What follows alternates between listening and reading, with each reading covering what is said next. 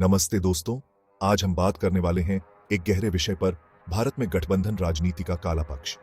जब कई पार्टियां साथ मिलकर सरकार चलाती हैं, तो अक्सर भ्रष्टाचार का एक बड़ा नाटक शुरू हो जाता है। चलिए इसे समझते हैं। सबसे पहले बात करते हैं गवर्नेंस में समझौते की। गठबंधन सरकार में स्थिरता जरूरी है, लेकिन यह स्थिरता अक्सर एक कीमत पर आती है।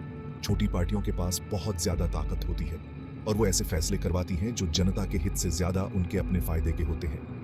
इसका मतलब है गठबंधन को बनाए रखने के लिए गवर्नेंस के नियमों से समझौता किया जा सकता है। अब बात करते हैं भाई भतीजावाद और पक्षपात की। ये कोई छुपी बात नहीं कि गठबंधन राजनीति से ये दोनों खूब बढ़ जाते हैं। गठबंधन को मजबूत रखने के लिए अहम पद और कैबिनेट पोजीशन बांट दी जाती है, जैसे कोई पार्टी में मिठाई बांटते हैं। और अंदाजा लगाइए क्या होता है।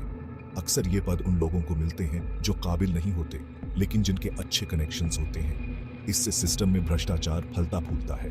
अगली बात है नीतिगत पंगुता।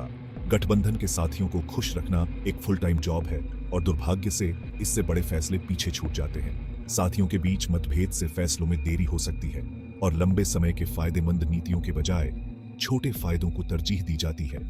और फिर है सरकारी रिसोर्सेज का दुरुपयोग।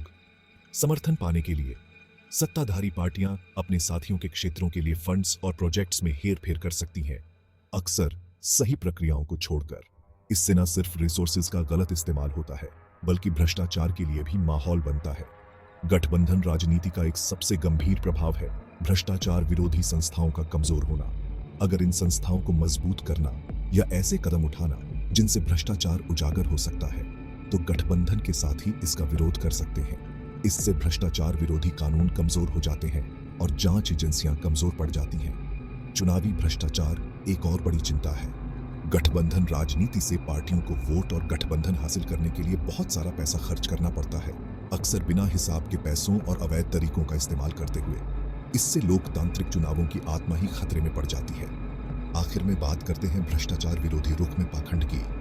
एक तरफ नेता भ्रष्टाचार विरोधी बातें करते हैं और दूसरी तरफ वे गठबंधन के साथियों को फायदे और रियायतें देते हैं, जो कि एक तरह से भ्रष्टाचार की बात को स्वीकार करना है।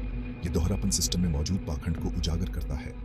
तो दोस्तों, हम कह सकते हैं कि भारत के बहुदलीय लोकतांत्रिक ढांचे में गठबंधन राजनीति एक जरूरत है, लेकिन ये अक्सर भ्रष्टाचार को बढ़ा देती है।